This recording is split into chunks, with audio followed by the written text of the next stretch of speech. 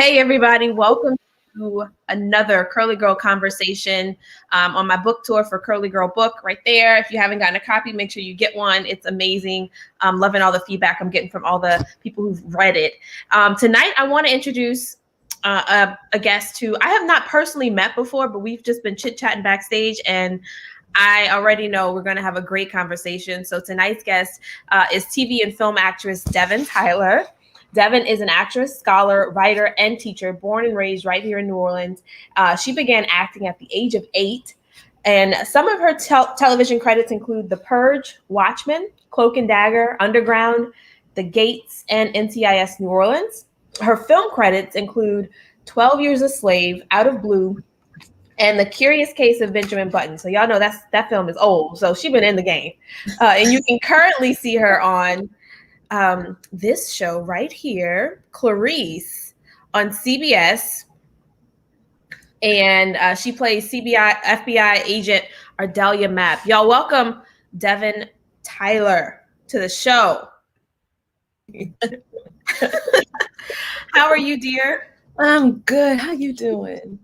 I'm good, girl. I woke up from my nap and got rejuvenated. Yes. We're here to talk about hair and curls and all this greatness. Thanks so much for being here. Thank you, honestly, for asking and for having me. It's an absolute honor. And also, I've been seeing the conversations you guys have been having, and they're so wonderful and necessary. So I'm really, really excited. Yeah, I was surprised. One time we were crying. Last time we talked about bullying and depression and things that women go through, and it's just been like it's real deep conversations and things we've dealt with, and it's nice to really just have a space to kind of just open up and talk about the things that have affected us and how we can help other girls who might be going through some of that same stuff. So and Ms. Devyn, we have, like I said, our paths have never crossed. We're both here in New Orleans, and we kind of have similar backgrounds. So let's talk a little bit about your curly hair journey first, just to start. Have you ever had a relaxer? Have you always been a curly girl? And how did you kind of transition back if you did get relaxers at a young age? So I've never had a perm. I've never had a relaxer. And it's actually, it's fascinating. I love this story because it's so sentimental. It really matters to me. So before I was born, I think my mom's mom, my grandmother, gave her a book. And I just remember growing up, it was on the shelf in the living room, and it was yellow, and it had this beautiful Black woman on it. And she had like twists in her hair, and her hair was like thrown back, and she was laughing. And I looked it up like a couple of days ago, and I can't remember the author's name right now, but it's this book that's called Good Hair. My grandmother gave that to my mom and said, "Don't perm that baby's hair." And so my mom didn't perm my hair. It was kind of like a generational, like ancestral thing. Like my grandmother had enough foresight to say, "Don't do it." And my mom listened. And so growing up, I never had one. Now my mom, she grew up and she had perms, and her permed hair was luxurious, and she was just flipping it, and it was wonderful. And she used to talk about it. But when I got to a certain age, when I started asking questions like, why don't I look like everyone else? Or why doesn't my hair do certain things? My mom actually went natural for me. She transitioned for me so I would have somebody to look at. And so for most of my life, I've always been natural. And then before my mom, I grew up with my mom twisting my hair. That's how we spent time. That's how we had to spend a lot of time. I just thank the Lord for her wrists. I'm surprised she still has wrists. There's just this level of, work and care that's always been taken on my hair. So a lot of my memories with my mom and with myself, I've spent a lot of time with my hair. So I had braids once in a school picture, but I think someone scared us when I was young and said that my hair couldn't breathe under there. And so I never did it again. And then I've never had a sew-in. I don't know what that's like. And I've basically had a twist out since the 90s. Like I'm out here in the same. Yeah. Since about the 90s. So this is you, and like nothing can change that. That's just how it is. And part of it just not really having the option or the time or the resource or like to think about anything else. And so it's always been, I've always just gone in with, this is what I got, which, is difficult and can prove very challenging, but it's all I had. So I had to work with it. So and we're going to have to work with it too, right? Yeah. And it's beautiful, the stories we can kind of think back on as little girls, and sit between our mom's legs, getting our hair done. For me, it was getting relaxers over my grandmother's kitchen, kitchen sink, and the big magnetic roller, sitting under that hair dryer for hours and stuff. Like those things are so memorable, and they kind of shape a lot of our our childhood. That the salon stories. I don't know if you smells, of course, of course. But a lot of that was, I saw it through my cousins. My grandmother, one of my grandmothers, used to put rollers in her hair, every night. Like there's a level of, I've always been around the process of it, but since it's always kind of just been twists and things, I rarely went to salons. I didn't really have like a need to. So I did miss out on a lot of that though, because the salon is also like a church, you know what I mean? Yeah. So there's some of that I hear and I'm like, I wonder what that would have been like. And I'm excited because nowadays you have more natural hair salons that are popping up. And I'm actually learning a lot about my hair in salons. Whereas before, when I would walk in, if you weren't trying to get something straight, sometimes you can't get help. Yeah, because a lot of the stylists, even still now, some don't want to do the natural hair. And even if they say they can, sometimes the techniques aren't as good as they need to be, or, they can. I went to a salon, I'm not going to say names, but I went to a salon stylist and she said she could do natural hair. I ended up going home, doing my hair over myself before an event that night. So, that some people say they have the experience, but they don't. And you can really look at the Instagram pages now, really to kind of do the research, which is helpful. We have so many options that we just didn't, growing up, were not around, you know what I mean? So I think right now is every day it seems like it gets better and better for that level of diversity and for that conversation. And we're getting a lot more materials that can move us forward, which is wonderful. I was thinking about how, when I was reading your book, that is so wonderful, I was just thinking about how universal it is to have, it's like I'm reading it and I'm looking at it and I'm thinking every other Black girl probably has had that experience of going to school and having somebody making fun of her hair and having to go home and deal with that. You know what I mean? Like it's upsetting that that's so universal, but it's also, I think that's why people are connecting, because that's real. It is. And I want to share this quick video because you mentioned it. This is one of the girls who's been reading the book. Let me see. Let's get her in here. This is Riley. Riley is 2 years old. Her mom said she came home with her her hair out. She had taken her barrettes out and such. And mom asked her, what's going on with your hair? She said, I want to be a curly girl, like Bailey. So her mom says, you crossed my mind today. When I picked up my daughter, I asked what had happened to her hair. She said, I took my rubber bands out so I can be a curly girl. She had four ponytails in her hair that day. But the mom says she's gotten 3 copies of the book and given some to the nieces, and they read it every night. So it's one of her favorites. So that's so exciting, to see the light in their eyes when they see themselves on this book and they identify with it. It's so necessary. And I remember being a kid and I didn't want my pom-poms high into the sky because it called attention to myself. My dad, he would put my hair in one Afro puff right on top of my head. And for the life of me, I would just freak out and I'd be like, oh my goodness, Dad, I don't like it, and all that kind of stuff. So the fact that you have a young brown girl who's saying, no, give me that. I want him up high. It's really important to see that too. It's important to see that as young as possible. You know what I mean? Because the world doesn't let us keep that. And I think it's crazy that we all start with it. That's what we want. Yeah. You know what I mean? In the book too, Bailey starts with it. She starts with it. About it. And so it feels the world tears us down. We just have to spend a lot. It's like something always knocks us off course, and we spend a lot of time just going back home to ourselves. And I think that's crazy. So this is it's so necessary. I'm so excited you did this. So congratulations to you. Thank you. When you talk about going back to yourself, I started wearing my natural hair fully in 2017. Again, I did it twice. I did it one time, got a relaxer before I came back on TV here in New Orleans, and then went back to my natural. And then, once I did get back there, it's the feeling of being free and like authentically yourself and not like fitting into this box. It was freeing. I mean, that's the best way I can describe it. And that's the hope that I have for, you know, other women who may be along this journey. Because, you know, sometimes curly hair isn't for everybody, but if you do get there and you can embrace your natural, it's a life-changing experience. I also like how it gives me an opportunity to know myself on a it's different when you know your hair. There's something about spending time with my hair. I can tell now that if I'm stressed, my hair doesn't lie. So I know I have to take care of myself if I want my hair to be healthy. Like there's like a relationship that's there that's really nice. And so I guess I've had a lot of joy doing that. And so I would just hope that anybody would want that joy, because it's possible, because it's just getting to know yourself more. And there's nothing wrong with that, you know? Yeah.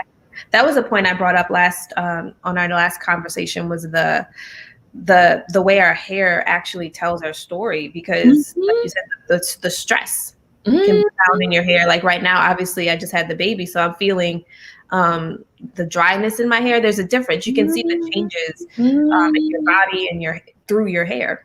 I feel if I've been working a lot, I'll feel that, like, you know, if it's been manipulated a lot, it'll need to rest or something like that, or, you know, like heat, or it's like a map, you know what I mean? And it's nice when we get to pay attention to it, because I also feel like I've lived a long time not paying attention to it. And so I'm also giving it a lot of extra attention because I owe it. You know, I gotta make up for some lost time, because we've been through a lot. All this hair, Lord have mercy. Lord have mercy. Okay, so I want to shift gears real quick, because we talked about your career as a TV and film actress. How much did your mom play into your decision to go into acting and film, or was that something that you think you just kind of found and loved on your own? Honestly, so she started doing it when I was like on her hip. Like she started in theater, actually, and she started. Your mom's name, for people who don't know. Oh yeah, sorry, my mom's name is Deneen Tyler. Hi, Mom. And she started doing theater when I was young, and then she transitioned into film and TV when I was still young.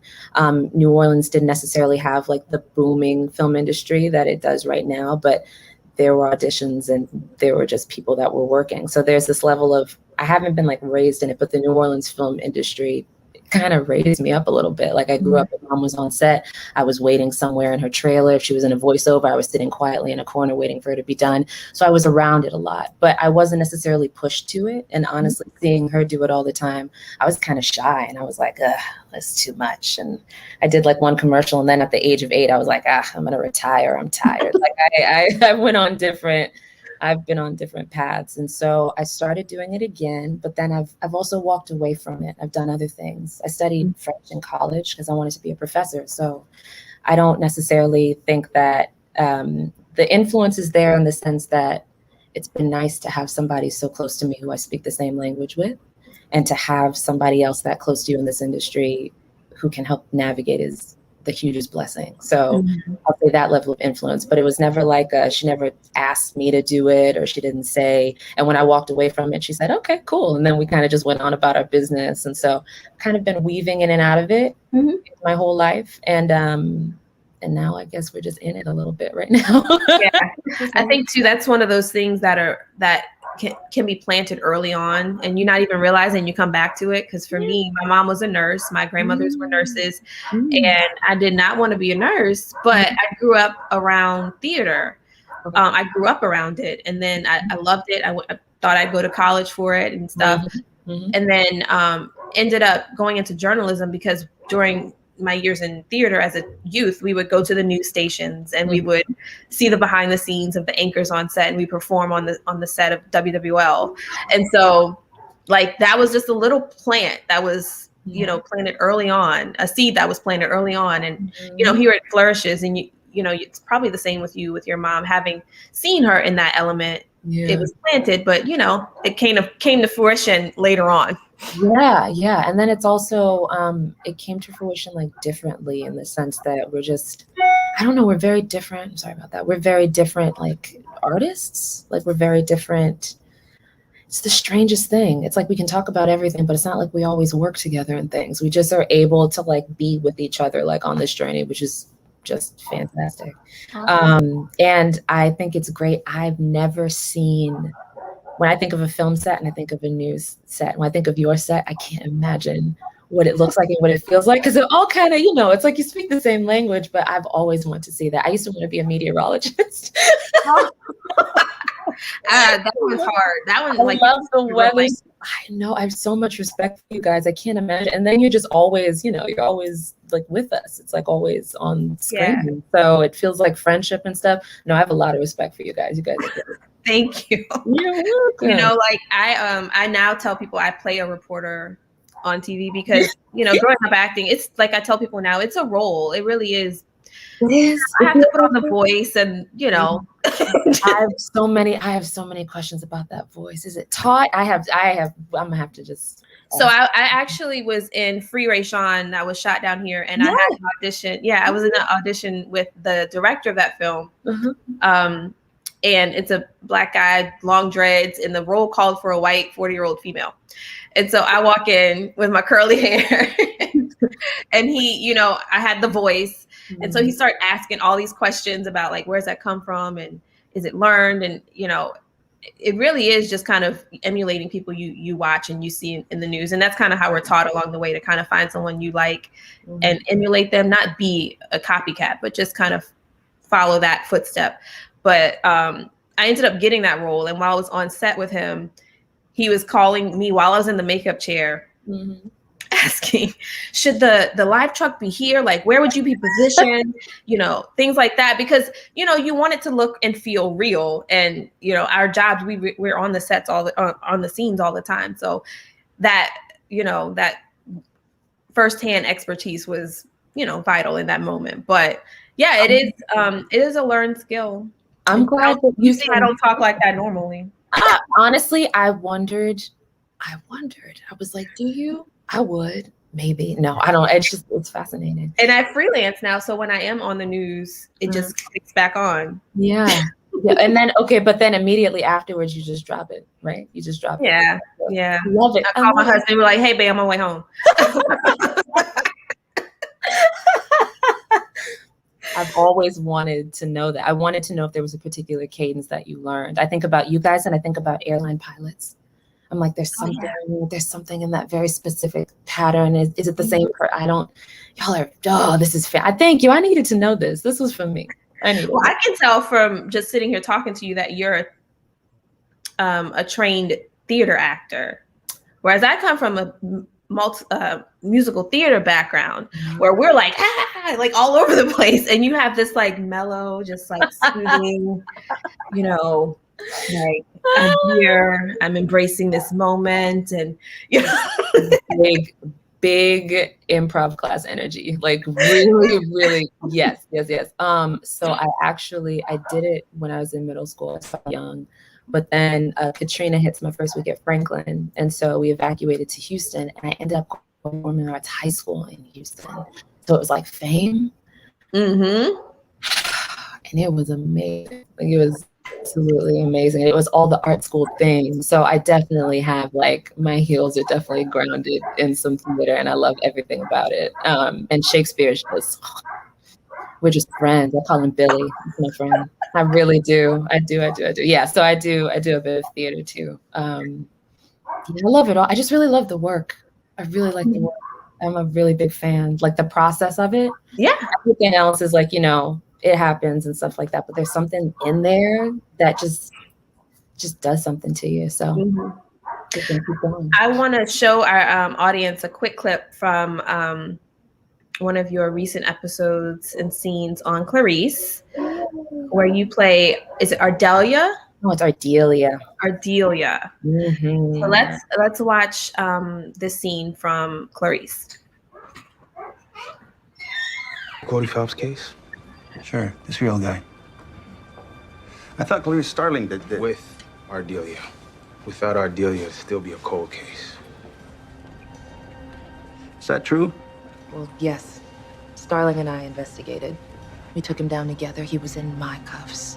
My DNA research found the guy. Then I got put back on cold case duty. My work secured the funding to continue the DNA research.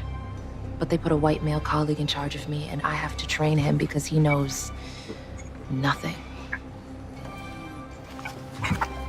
I know it's tricky to quantify. No, actually, that's the case. The feckless hack is the case. No. Starling is. She's the FBI's poster girl. She's tabloid red meat. If she's in the story, people pick up the paper. By comparing you two, we hit the FBI where people see them. Okay? If you'll step up, if you make Clarice Starling your lead complaint, I'll take your case, and I'll win it.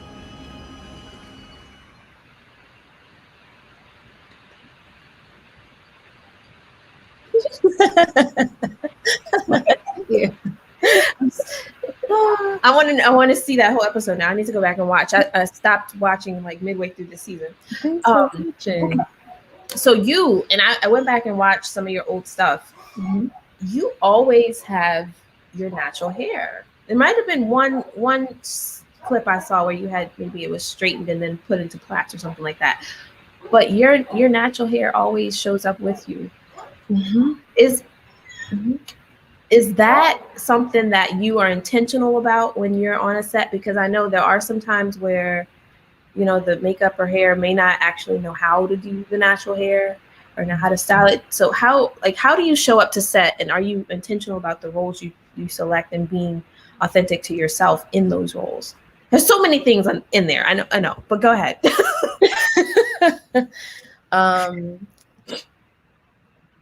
I scare everybody. I'll be honest. So I will say that since I've been doing this since young, I guess, it's just kind of I've been living my life, and I was a child professional, and this was just my hair, and that's just how it was. Mm-hmm. I have shown up to many a set and seen the fear in someone's eyes when they realize that they might not know what to do with my natural hair.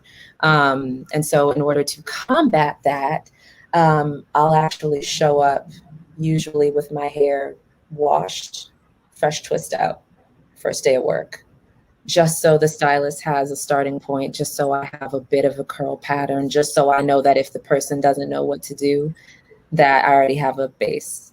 I honestly cannot tell you that unless a stylist, I know that stylist, I've had a conversation, I will not show up to set with my hair just freshly washed, assuming that the person knows how to take me from like just a washed state all the way to where we need to go. And for a long time, up until a few years ago, every time, you know, I'd be surprised when I came up across somebody who wasn't afraid. Because I've had people look at my hair and it's like I see them making calculations in their head of how am I gonna, and what is that going to, but it hasn't really been negotiable. And I'm not sure, I think that's more of like the force of the women behind me and stuff like that, to where I didn't question whether or not, you know, and usually people wouldn't ask, I haven't been asked to change it. And I haven't been asked to change it, honestly. Yeah. So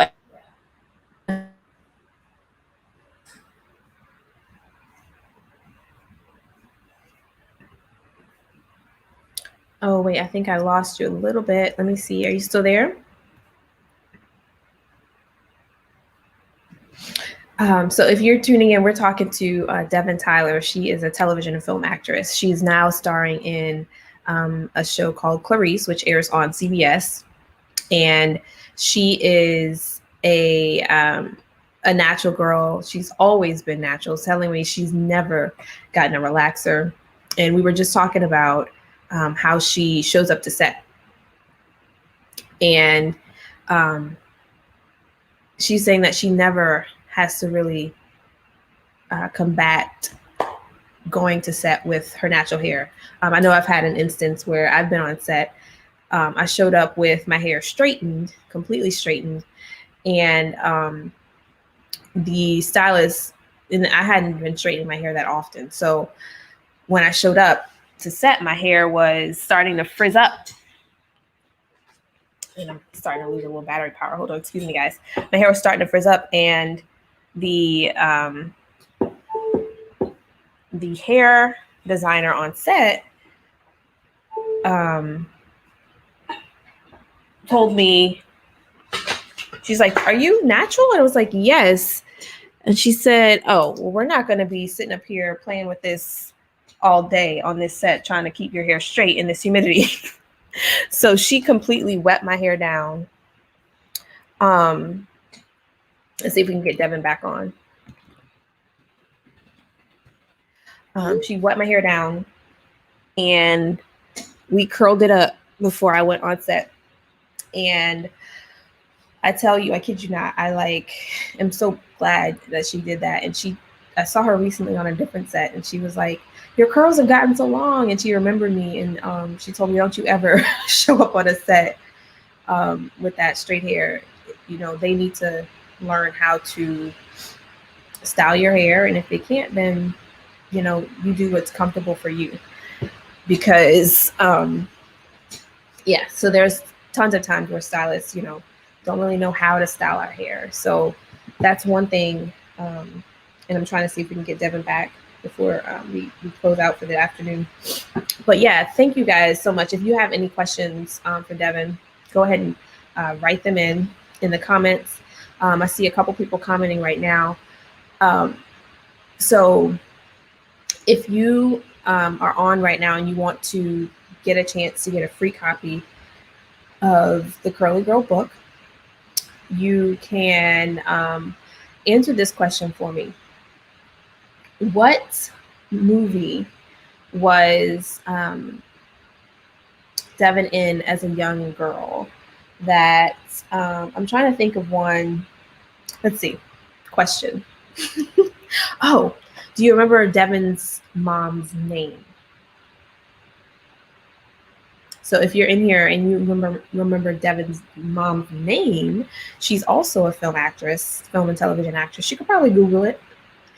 But we'll get you a free copy of The Curly Girl. Looks like she's having some trouble getting back on. But thank you guys so much for being here. I really appreciate it. I've been having some great feedback about the book tour and loving having these conversations with these amazing women, learning about their journeys, learning their stories, seeing some answers coming in. No, that's not right. We have someone said Denise. It's not Denise. It's close. But no. Loving these conversations. And I hope you guys are also enjoying this experience. Hey, I was just filibustering over here.